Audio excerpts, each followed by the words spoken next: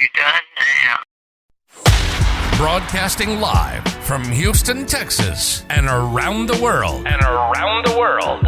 TV host, best-selling author, and radio personality Brad Gilmore brings you a collection of conversations with stars from movies. Mark Wahlberg. Hey, how are you? The legendary Mr. Christopher Lloyd. Christopher, how are we doing? I'm doing good. Great introduction. Television. Jimmy Fallon joins us this morning. Jimmy, how you doing, my friend? Good morning. Thank you so much, Brad, for having me. I appreciate this, bud. Kelly Ripa. Brad, thank you for having me. Comedy. Jay Leno joins us. Jay, how you doing? Hey, Brad, what's going on? Gabriel Fluffy Iglesias. Good morning. Music. Lola Monroe. Thank you. Thank you for having me. Grammy Award winner Maya joins us. How are you? And more. This is The Collection. Now your host, The Boat, Brad Gilmore. And he joins us right now. We're talking about Pawn Stars Do America. It's going to be premiering tonight on the History Channel, 9 Central Time here in the Texas time zone. The Pawn Stars patriarch himself, Rick Harrison, joins us. Rick, how we doing? I'm doing wonderful. Living the dream. Yeah, man, I hear that. So, Pawn Stars Do America, the trailer's been out there online. Y'all are making stops all around the 50 states trying to find, the next great treasure. What was the experience like? No, it was actually really fun. I mean, what happened was, we did season 19, wrapped in April, and we're thinking, okay, we got to do something epic for season 20. And we came up with a bunch of ideas. Then we said, you know what? Let's just do a whole different series. And we did. So it's 8 2-hour shows all across the country. And first we were calling it the Pawn Stars Road Show. And then we were thinking, you know what? We got to come up with a better name than that. And then we came up with Pawn Stars Do America. I do work with Beavis and Butthead. Yes, absolutely, you do. That is a real life thing. So when you're filming this season, you're going all across the country. What was there a particular stop that sticks out to you that we're going to see during the seasons? Play out during these episodes. Every time was great. I mean, I absolutely loved Austin because I just love the music, and so I was out listening to live music every night, and then dragging myself into work in the morning.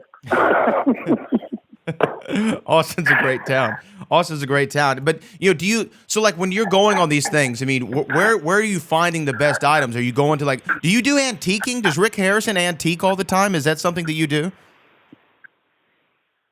I actually do that because I love to drive. I drive across. I have a ranch in Oregon, so I'll just drive there and I take different routes all the time. And I'll just stop at antique shops. But on the show, though, I mean, we set up a venue and we advertised, and hundreds of people would show up in lines with all their weird stuff, and I had a whole staff from the pawn shop there, and that was how that worked. So I mean, people were just bringing it to me, but then there's a lot of stuff. People were coming to the show and said, "I got this at my house. I can't get it down here. I'll go down and see it, maybe." Right. So that way, everybody, because I'm sure there's been so many people who watch the show for all these years. Y'all been on, now for over 10 years on the air and 20 seasons. I mean, it's incredible. And I'm sure there's people watching at home saying, oh man, I have this great collectible that I just got to get in front of the Pawn Stars. And this kind of gives them that opportunity, right? It gives them that opportunity. So like I said, hundreds of people are showing up, and we bought over 1,000 items at the 8 cities we're in. And the funny thing was, I mean, what you don't see on TV is 90% of people who show up for these great family antiques aren't worth a lot or anything most of the time. Is it hard for you to have to, break the news to them? Well, I mean, yeah, they show up at a baseball, signed by Babe Ruth. And I'm going well, the thing is, this thing signed with a ballpoint pen, and when Babe Ruth was around, didn't have ballpoint pens, so it's fake. But my grandpa gave it to me, but your grandpa tried to impress you. Speaking of baseball, I did have a question for you. It's a little Houston-centric. Of course, the Houston Astros just won the World Series here last week, and it was a big deal. Now, the 2017 series was obviously the one with the cheating scandal. I just am curious, does a scandal like that attached to a World Series, does that raise the price of memorabilia if they have a championship ring or something significant from the series, or does it not, or does it have the opposite effect? Does it devalue it? Okay, well, here's one of the crazy things about the Houston Astros, okay? I mean, just about any World Series rings you can buy and sell. They give you the ring, it's your ring, you can sell it, you can do whatever you want. The Houston Astros made everyone sign a document saying that if they ever decided to sell their World Series ring, that they have to sell it back to the club. So that turns into sort of a nightmare with Houston Astros World Series rings. So that's a terrible thing with that. But, it all depends on the scandal. I mean, there was a little bit of whatever going on there. That really didn't affect it. If it's, there was one person who wanted to there was a Super Bowl ring that someone offered to sell me once. And, the player got convicted of some very, very bad things. And we're like, dude, no one's going to want this. They're not going to show it to your kid. Isn't this cool? Yeah, the player, though, was convicted of this, this, and this. Yeah, it doesn't the general cheating scandal, I don't think really affects the value. I mean, if you have a player that does something really bad, like O.J. Simpson stuff. I mean, it's usually guys collect this stuff. They do it with their kids and things like that. You don't want who wants something O.J. Simpson when they well, this is O.J. Simpson. He was such a great football player, but he killed his wife. Yeah, it doesn't really help the value there. It doesn't really help the value. So let me ask you this though: when you go in and you buy something like a copy of the Declaration of Independence, which you bought on one of the shows for, I believe, $1.45 million, if research is right. When you make an offer like that for that incredible amount of money, do you already in your head say, I know 7 people who are going to offer me at least that or I know 7 people I can call to make a profit on that immediately? Or how do you come to grips with spending that kind of money? Usually when I'm spending that kind of much money, I already have it sold. Right. So you already had that declaration sold. Because if when it comes to, almost everything you see on the show, they literally, the first time I see it is when they throw it in front of me. But sometimes things like that, they know I would get really pissed off. They just flop that in front of me. And we're like, hey, you know what? I'm just not going to, 4 minutes come up with a decision here. So those really big items that let me know about ahead of time.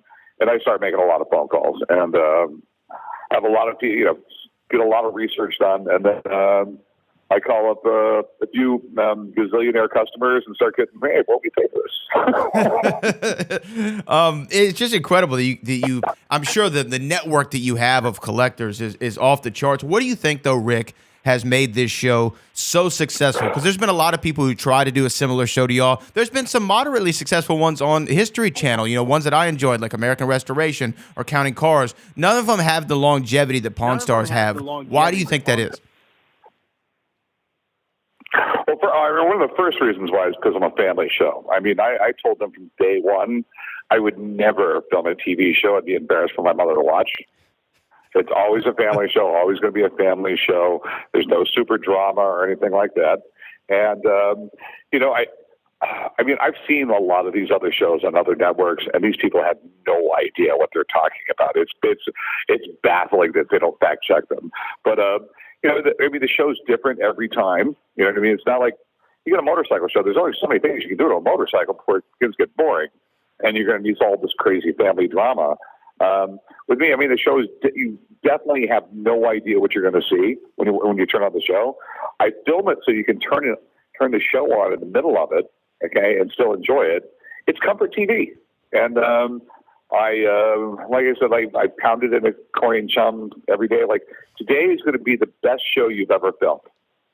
Every single day. There's always give it 110% and make a good product, and it continues to sell. I've done over 600 episodes of television.